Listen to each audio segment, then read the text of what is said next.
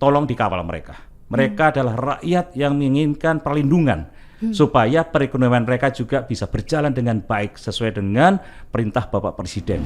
Kemudian ada mafia tanah, dia nggak bisa ngaku-ngaku. Kalau dia ngaku-ngaku, langsung kita pidanakan. Dan yang penting adalah komunikasi sosial yang biasa saya lakukan ketika menjadi Panglima TNI. Saya duduk bersama, ngobrol bersama untuk menyelesaikan masalah-masalah konflik agraria seperti itu. Kok bisa sampai dijulukin si otak setan? Saya selalu kalau ke daerah, saya selalu mengawasi Pak Presiden dan gerak-gerik di lingkungan sekitarnya. Sehingga kalau ada apa-apa yang mencurigakan, pasti saya mendekat. Saya bilang kan tadi, manajemen pertempuran. Jadi, deteksi, identifikasi, eksekusi.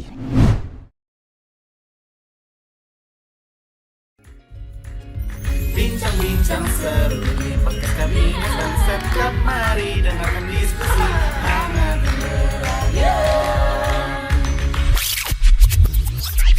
Halo kawan Kabinet, ketemu lagi di podcast Kabinet dan Sekretariat Kabinet. Saya Nadira dari Sekretariat Kabinet yang akan menjadi host kamu pada episode podcast kali ini. Untuk kawan kabinet yang mungkin belum tahu apa sih podcast itu, jadi podcast adalah podcast resmi Sekretariat Kabinet yang berisi ngobrol-ngobrol dan diskusi tentang berbagai topik, mulai dari kebijakan pemerintah, hot issue yang sedang berkembang di masyarakat, sampai profil para menteri, yang tentunya dikemas dengan penyampaian yang ringan dan santai. Nah, hari ini tamu saya adalah sosok yang sangat spesial. Kisah perjalanan hidupnya juga gak kalah spesial kawan kabinet. Beliau memulai karirnya di TNI Angkatan Udara sampai mendapuk pucuk pimpinan TNI tertinggi sebagai Panglima TNI pada tahun 2017 sampai dengan tahun 2021.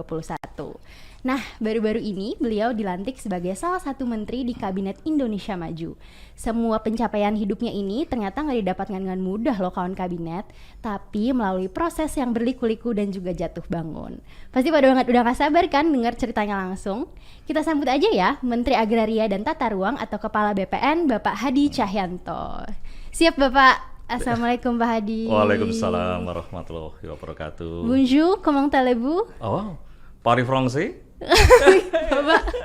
Nah, tapi saya nggak bisa balasnya lagi nih Pak. Berarti Bapak bisa bahasa Perancis ya Pak? Iya, bisa bahasa Perancis. Tapi kalau bahasa Perancis, je parle français mais beaucoup de oublié. Jadi saya bicara bahasa Perancis tapi sudah banyaknya lupa. Oh gitu Pak. Iya. Tapi masih inget dikit-dikit lah ya Pak. Dikit-dikit apalagi sama native kan langsung nyambung. Nah, tapi jangan keterusan ngomong bahasa Perancis ya Kenapa? Pak. Karena saya cuma segitu aja bisanya. Cuma bisa greeting aja Pak. Tapi yang jelas saya mau mengajak kawan kabinet untuk mengenal Pak Hadi Cahyanto lebih dekat hari ini. Dan kita bisa mulai dengan ngeliat foto-foto dulu ya Pak. Boleh. Nanti Bapak bisa cerita juga tentang foto-fotonya. Iya. Oke Pak. Oke. Nah, ada apakah dengan belut ini Pak? Iya, ini jadi kalau saya ngelihat belut seperti di gambar itu ya, saya ingat masa kecil saya karena saya hidup di kalangan ya mungkin ekonomi paling rendah mungkin ya. Jadi masa liburan itu nggak saya gunakan untuk bermain, tapi saya dulu kan sekolah sampai dengan hari Sabtu ya. Jadi hari Minggu itu libur, hari Minggu teman-teman yang mungkin punya duit bisa tamasya kemana-mana, saya ke sawah ini mancing belut. Oh mancing belut iya, ya Pak? Mancing belut, iya. Gitu. Apalagi kalau lagi musim hujan, wah luar biasa. Nah kita lihat foto selanjutnya ya Pak. Iya. Wah. Nah, ini tempe mendol ya Pak. Ada apa nih Pak? Ini sebetulnya mendol, ini buat dari tempe ya. Karena ibu saya kalau lagi punya duit itu beli tempe kemudian dimasak dengan bumbu-bumbu dan jadilah mendol ini. Memang kalau dengan mendol itu lebih kalau bahasa Jawa ngiwai. Jadi lebih lebih terasa itu. Jadi gitu, hanya dengan nasi anget kemudian dikasih mendol, wah seperti kita makan di restoran yang nomor 1 itu. Tempe mendol ya Pak? Mendol iya. khas Malang ya itu Pak? Itu khas Malang, Oke. iya. Nah ini ada foto selanjutnya. Ini foto keluarga Bapak ya Pak? Ya, ini momen ketika saya baru saja mendapatkan amanah menjadi Panglima TNI. Baik, itu Pak. ada anak saya yang pertama yang perempuan, kemudian anak nomor 2 yang laki-laki sebelah kiri itu, dan itu cucu saya. Oke. Nomor 1 cucu saya. Yang anak Bapak yang laki-laki ini juga di TNI AU sekarang ya Pak? Iya, di TNI AU dan sama profesinya seperti saya di TNI Angkatan Udara sebagai penerbang. Oke, ini Bapak kelihatannya sangat dekat sekali dengan keluarga gitu ya Pak, melibatkan keluarga gitu untuk dalam setiap kesempatan gitu ya Pak. Ya, itu bagian dari hiburan saya setiap hari. Ketika capek gitu saya langsung ketemu cucu, sudah capeknya hilang. Oh, capeknya hilang ya Pak. Jadi udah kepikirannya main sama cucu aja jadinya ya Pak. Iya betul sekali. Menyenangkan hati. Iya. Nah sekarang ini ada foto selanjutnya, ini kedua orang tua Pak Hadi ya Pak? Ini bapak saya sama ibu saya.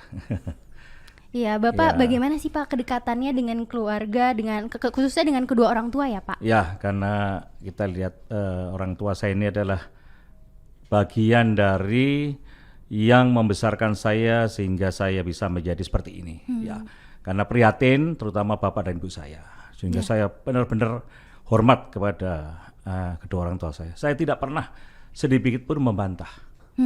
Ya, jadi kalau dikasih tahu apa pasti saya laksanakan. Apalagi saya anak pertama, ya.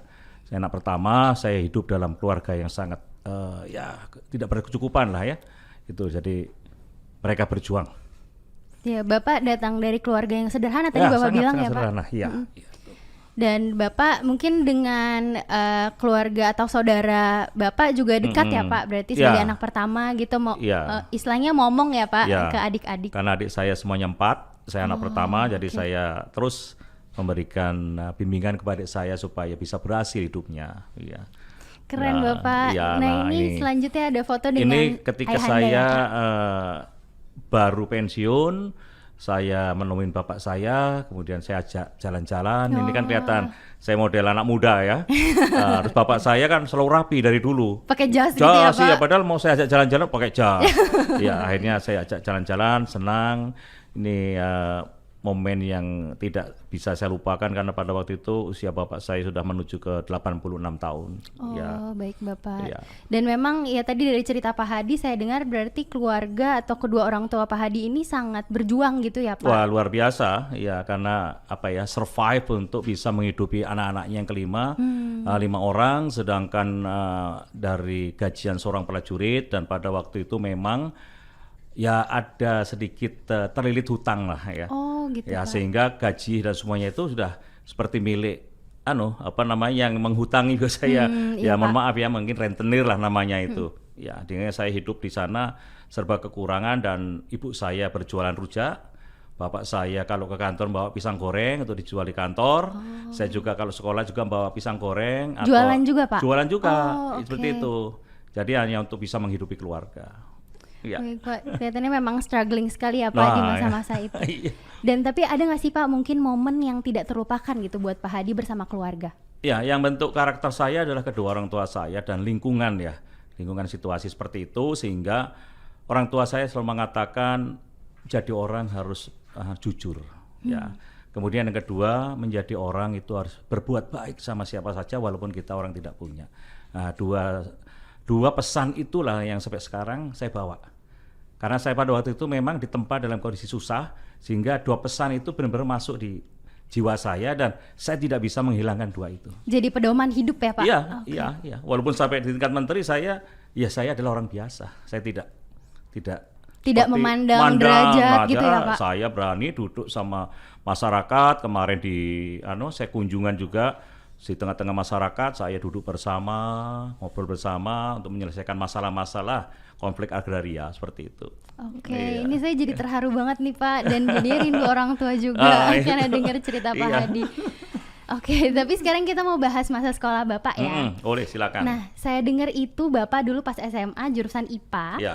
Terus Bapak dijuluki oleh teman-teman sekolah sebagai si otak setan, Pak. Nah, itu gimana ceritanya sih, Pak? Kok bisa sampai dijulukin si otak setan? Ya, jadi berangkat dari situasi ekonomi yang kurang ya, sehingga teman-teman saya kalau belajar dia memiliki literatur yang banyak. Karena apa? Punya duit sehingga dia beli. Nah, saya bagaimana caranya juga bisa mengetahui literatur itu tanpa saya memiliki buku, sehingga saya main ke rumah teman, belajar bersama, dia baca saya dengarkan, dia ngobrol saya dengarkan, ya kan? Apalagi ada pelajaran yang sangat susah pada waktu itu kan kimia ya. Kimia harus menghitung dan sebagainya. Sama, saya juga ngerasa kimia susah banget Pak. Itu seperti itu. Saya ngelihat bagaimana rumusnya, dan harus beli tabel itu kan yang kimia. Oh iya, tabel periodik ya Pak. Periodik. Saya kan nggak bisa. Ya akhirnya saya gambar sudah. Saya ingat-ingat. Ya, Pak? Saya ingat-ingat. Oke. Nah di sekolah setiap ujian saya nilainya selalu bagus. Lah yang punya buku itu selalu di bawah saya. Nah, gitu, teman-teman saya bilang, wah dasar kamu otak setan. Nah, itu akhirnya terkenal otak setan. Padahal sebetulnya ya kepingin dengarkan, belajar. Jadi mereka menganggap bahwa tanpa buku kok bisa. Dia tidak tahu kalau saya itu adalah orang yang senang mendengarkan. Termasuk sampai sekarang kalau ada siapapun bercerita perintah dari mana saya dengarkan semuanya. Ini luar biasa banget Pak, karena saya dengarnya kalau misalnya si otak setan kayak serem gitu Pak. Tapi taunya ternyata positif banget loh kawan kabinet. Oke Bapak, ini tadi udah ngomongin masa sekolah, kita mau ngelihat satu video dulu ya Pak. Oke, kita tonton dulu videonya.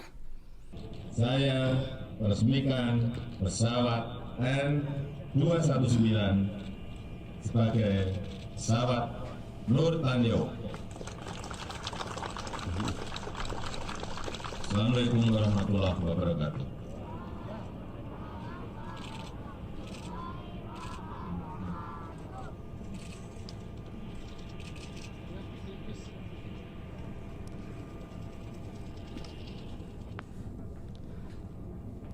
Nah, itu dia videonya yang sempat viral Pak, tahun 2017. Itu gimana kejadiannya sebenarnya sih Pak? Iya, kembali lagi bahwa setiap ada kegiatan, saya kan dulu adalah sebelum menjadi itu Kepala Staf Angkatan Udara, jadi Sesmil, saya kan selalu mendampingi Pak Presiden. Jadi apa yang Pak Presiden sedang apapun, saya selalu memperhatikan. Jadi gerakan apa saya perhatikan, karena saya juga sebagai Sesmil juga memenuhi tugas untuk mengamankan Bapak Presiden. Baik. Nah, pada waktu itu saya terus melihat sekitar kiri kanan, selesai Bapak menyampaikan amanat, tangan Bapak kan lihat kanan begini. Gesturnya ya Pak? Itu menunjuk ke ajudan, tapi ajudan tidak tahu apa yang dimaksud oleh Bapak Presiden. Saya dari jauh sudah tahu maksud Bapak Presiden adalah ada anak kecil muntah.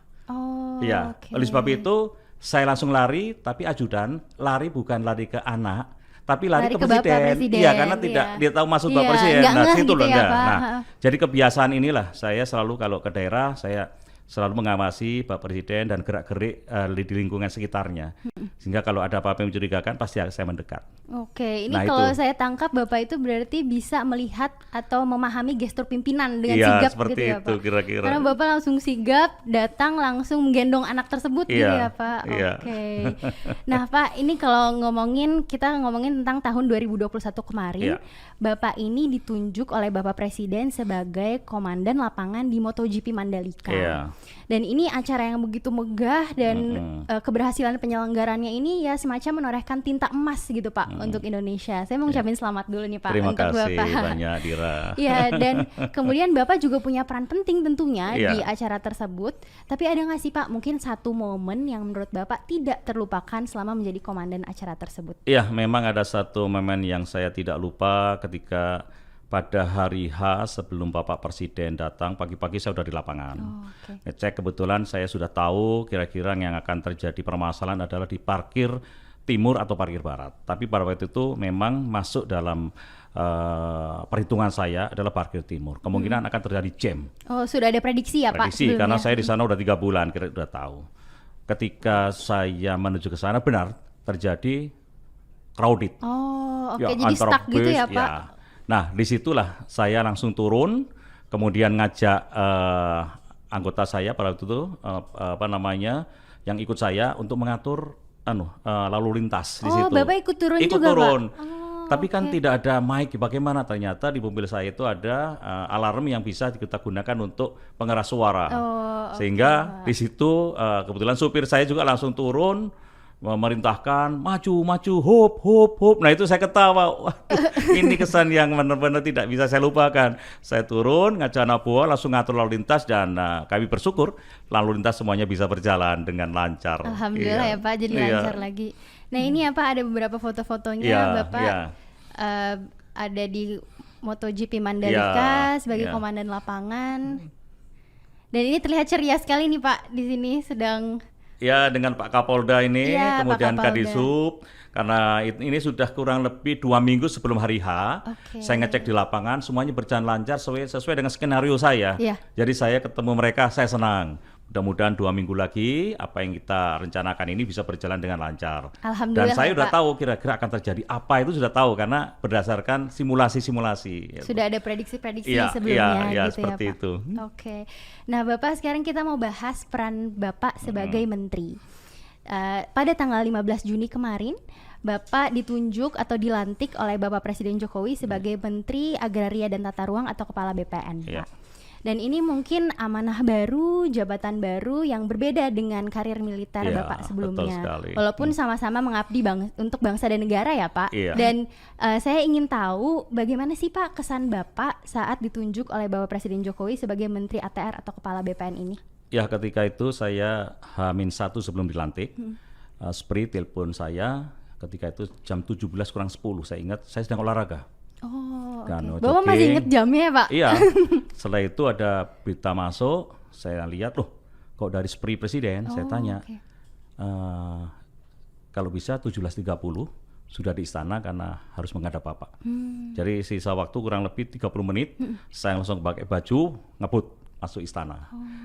Di sini ditanya wartawan, Bapak mau jadi menteri? Oh saya nggak tahu, saya kaget ini mau dipanggil presiden, saya nggak tahu mau jadi apa. Wartawan udah bertanya-tanya Iya ya Pak? bertanya-tanya, saya terus terang nggak tahu. Nah, ketika disampaikan, diterima oleh Pak Presiden dan disampaikan akan mendapatkan jabatan baru sebagai Menteri ATR dan Kepala Badan Pertanahan Nasional. Saya mengucapkan terima kasih dan langsung tercetus. Wah ini ilmu baru Pak Presiden, langsung begitu. Presiden menyampaikan, loh pengalaman Panglima TNI lah yang nanti bisa dibawa ke sana karena biasa di teritorial dan kalau bikin laporan selalu detail permasalahan-permasalahan di lapangan. Nah itu kira-kira yang pertama kali saya sampaikan kepada Pak Presiden sebelum dilantik. Oh baik Pak. Dan saya ingat setelah pelantikan kemarin itu Bapak Presiden menyampaikan bahwa pengangkatan menteri baru ini berdasarkan pengalaman, rekam jejak dan juga skill manajerial begitu Pak. Ada nggak sih Pak mungkin pesan khusus dari Bapak Presiden mengenai amanah ini sebagai Menteri ATR atau Kepala BPN gitu Pak? Dan mungkin apakah Bapak punya strategi untuk menindaklanjutinya? Ya memang perintahnya adalah yang pertama agar program PTSL sertifikat ini dilanjutkan sesuai dengan target 126 juta. Saat ini sudah terrealisasi sebanyak 80 juta. Oke. Kemudian yang kedua adalah menyelesaikan konflik agraria, ya, dan yang ketiga adalah menyelesaikan tata ruang IKN di Balikpapan. Oke. Ada 3 itu ada ya Pak? 3, berarti? ya. Tapi saya langsung bilang, ini saya kira mudah dengan manajemen pertempuran, manajemen perang itu. Kalau manajemen perang kan ada deteksi, identifikasi, eksekusi. Oh, Nah itu baik, sudah Pak. kemarin dalam 1 minggu sudah saya laksanakan dan di 3 tempat semuanya berjalan normal dan selesai masalah di daerah. Mantap Bapak. Itu berarti menggunakan skill Bapak tadi di militer itu ya Pak? Ya, saya harus melihat situasinya, saya pelajari, saya masuk dari mana, seperti itu. Dan yang penting adalah komunikasi sosial yang biasa betul, saya Pak. lakukan ketika menjadi Panglima TNI. Ini kalau kita lihat foto Bapak terlihat semangat sekali nih Pak saat pelantikan. Ya. Kayaknya optimis sekali gitu Pak. Iya, kebetulan ada teman-teman juga dari media. Ketika saya dilantik menjadi Panglima TNI dengan gestur yang sama seperti ini. Oh. Iya, jadi seperti setting saja padahal enggak. Padahal enggak sadar juga ya, Pak. Karena saya kalau disapa wartawan itu selalu angkat 5 jari atau seperti ini. Oh, oke. Itu seperti kebiasaan kalau di TNI Angkatan Udara sebelum terbang, begitu semua selesai kan pasti kasih kode thumb up. Sebelum terbang gitu ya Iya. Pak. Oh, oke. Bapak ada nggak sih pengalaman saat Bapak pertama kali dilantik menjadi Menteri ATR atau Kepala BPN ini yang tidak terlupakan Pak? Ya, ketika pertama kali saya turun ke lapangan, kemungkinan kira-kira 3 hari setelah saya dilantik menjadi menteri, saya turun ke kota Malang karena di sana ada permasalahan yang cukup menjadi perhatian kita semua, yaitu adanya keinginan masyarakat untuk menggarap tanah yang saat itu dikuasai oleh PTPN 12. Oke. Dan itu masuk dalam kawasan HGU, hak guna usaha. dari 750 hektar itu sudah ditanami masyarakat, yaitu berupa tebu, kemudian ditanami singkong, dan ada talas ya yang mereka selalu panen setiap musim panen. Namun dari pihak PTPN 12 menginginkan tanah itu menjadi tanah garapan mereka. Memang itu masuk dalam wilayah HGU, dan itu kan sudah ada roadmap untuk mereka menanam apa saja. Ya. Kemudian saya mulai pendekatan di PTPN 12 dan saya melakukan pendekatan ke rakyat, dan saya pada waktu itu menemui titik temu ya bahwa musim panen saat ini silahkan dipanen semua. Saya sampaikan kepada masyarakat itu. Kemudian tidak ada yang mengganggu apabila masyarakat panen. Karena selama ini kan diganggu. Wah, ini milik ini. Walaupun dia mengatasnamakan seolah PTPN, padahal sebetulnya orang luar itu, iya kan? Nah, setelah saya angkat, kemudian saya juga memberikan permasalahan bahwa Bapak-Bapak dan Ibu sekalian, tanah ini sebetulnya adalah tanah milik PTPN 12. Ini HGU yang menjadi tanggung jawab PTPN. Oleh sebab itu, setelah musim panen ini, pihak PTPN akan berkoordinasi dengan ibu-ibu sekalian untuk bisa di KSO-kan, kerjasama operasi. Ya, kemudian tetapi nanti Bapak-Bapak dan Ibu sekalian, saya akan bicarakan kepada PTPN. Ya, nanamnya nanam apa? Harapan saya adalah masyarakat tetap diberikan kesempatan untuk nanam sesuai dengan skill mereka, yaitu nanam tebu, nanam singkong, dan nanam tanaman-tanaman lainnya. Kalau nanti diberikan perintah untuk menanam karet, skill mereka tidak mampu nanam karet. Sedangkan tebu, jagung ini adalah untuk kehidupan mereka. Tapi dengan catatan Bapak-Bapak dan Ibu sekalian ya, saya akan verifikasi betul nggak yang nanam ini adalah masyarakat sekitar sini. Siapa tahu ada orang di luar kampung. Setuju. Dia teriak gitu semua. Karena saya takutnya adalah 750 hektar ini sudah ada bandarnya dari luar yang hanya mempekerjakan mereka. Jadi merugikan masyarakat juga ya Pak? Rugi lagi. Oleh sebab itu saya turunkanlah Satgas. Saya panggil dan Dandim, kemudian Kapolres, Dandim, Kajari, tolong dikawal mereka. Mereka adalah rakyat yang menginginkan perlindungan supaya perekonomian mereka juga bisa berjalan dengan baik sesuai dengan perintah Bapak Presiden. Itu pengalaman di Malang. Sama halnya pengalaman di Kediri. Ada lagi Pak? Ada lagi. Kediri. Jadi 300 hektar itu udah selesai HGU-nya. Masyarakat menginginkan HGU tidak diperpanjang. Akhirnya saya datangi di sana, di pelosok begitu. Saya lihat karena memang HGU itu dibagi 3. Ada disewakan ke penyewa yang kuat duitnya, tanamin tebu, disewakan lagi ada penyewa yang kuat duitnya ke menanas, yang satu lagi di situ udah ada bukti ikatan jual beli, notaris kan, padahal itu tanah HGU tidak bisa dijual, tapi masih kira-kira masih ikatan jual beli itu kan masih perdata, jadi belum pidana dan tidak masalah, hanya nunggu izin dari menteri. Melihat situasi di situ, saya sudah bisa ngambil kesimpulan. Bapak-bapak dan Ibu sekalian, saya sudah tahu permasalahan di sini. Apa Pak Menteri? HGU-nya kan tidak usah diperpanjang. Betul, ya tidak saya perpanjang. Wah, teriak lagi. Jadi mendengarkan aspirasi dari masyarakat, tapi tetap ada pengaturannya juga ya Pak? Saya bilang kan tadi, manajemen pertempuran. Jadi deteksi, identifikasi, eksekusi. Saya terapkan juga nih Pak berarti nanti buat pekerjaan. Nah ini kalau misalnya kita bicara mengenai tanggung jawab Bapak gitu, pasti kan tidak terlepas dari tantangan gitu ya Pak. Mungkin ya apalagi sebagai menteri gitu perannya sangat krusial dan kemudian juga tanggung jawabnya sangat besar. Apa yang Bapak anggap sebagai tantangan terbesar Pak dalam menjalani amanah ini?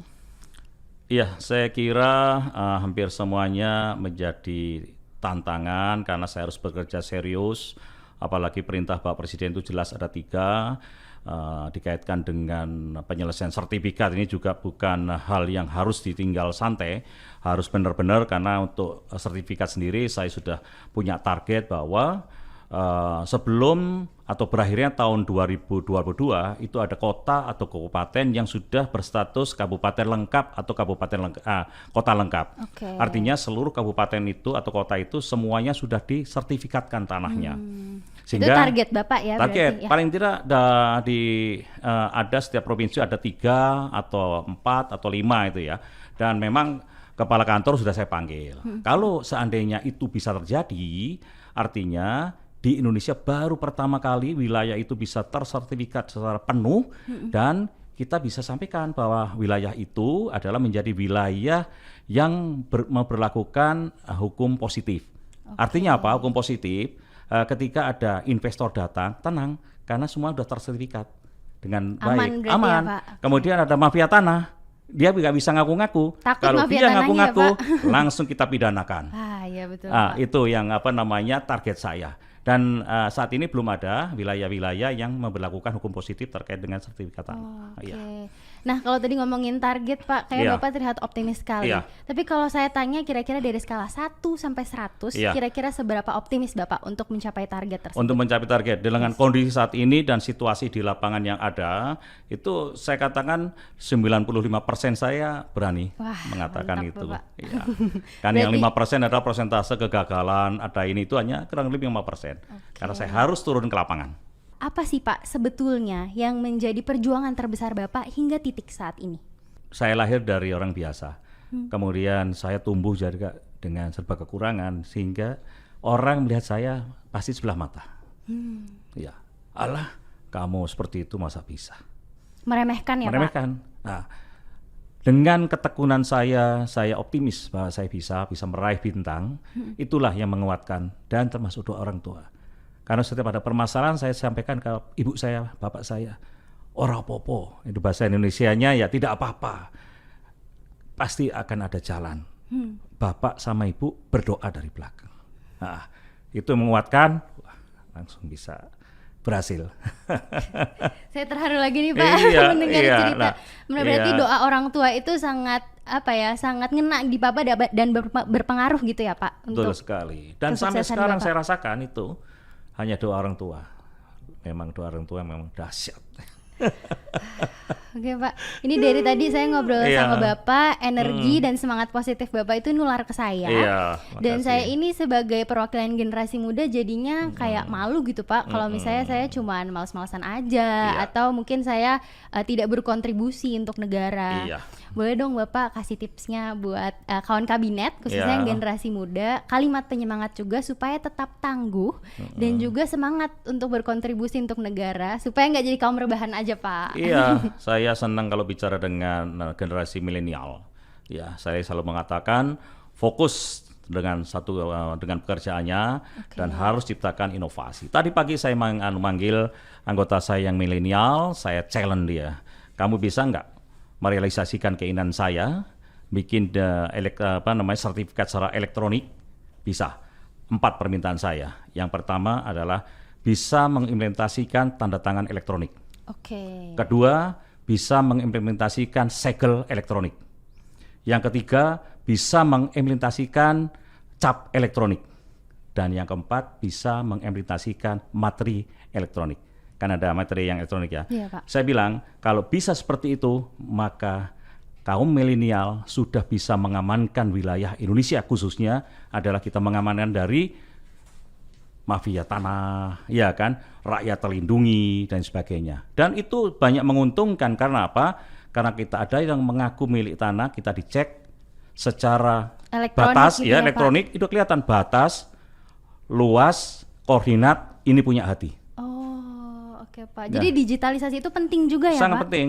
Sehingga begitu dicek lagi, benar punya hati, iya, mana orangnya? Ini Pak Sehadi, dicek. Kan ada link dengan Kementerian Dalam Negeri wajahnya, oh ya miliknya hati. Gitu. Ini akan melindungi. Sudah saya tantang, saya bilang konsep kira-kira 2 minggu selesai.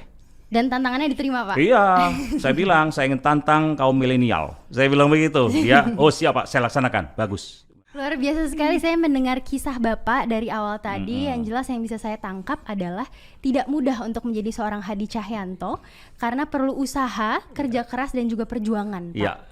Saya juga belajar banget dari Pak Hadi tadi bahwa ya tadi doa orang tua itu kunci ya Pak. Kunci. Dan juga tadi semangat untuk meraih cita-cita atau keinginan itu yang jadi paling penting ya Pak. Iya. Terima kasih banyak Terima kasih Bapak. banyak Dira, terima kasih. Dan terima kasih juga untuk kawan kabinet yang udah menonton dan mendengarkan podcast episode kali ini. Mungkin bagi kawan kabinet yang punya ide atau saran ada topik apa atau bintang tamu siapa yang bisa diundang ke podcast episode selanjutnya, boleh banget langsung aja tulis di kolom komentar di bawah ya. Dan jangan lupa untuk subscribe, like, dan share YouTube channel Sekretariat Kabinet dan dengerin bincang-bincang ini melalui platform Spotify. Tunggu episode podcast selanjutnya. Saya Nadira pamit dulu. Bye kawan kabinet. Bincang-bincang seru di podcast kabinet dan Setkap Mari.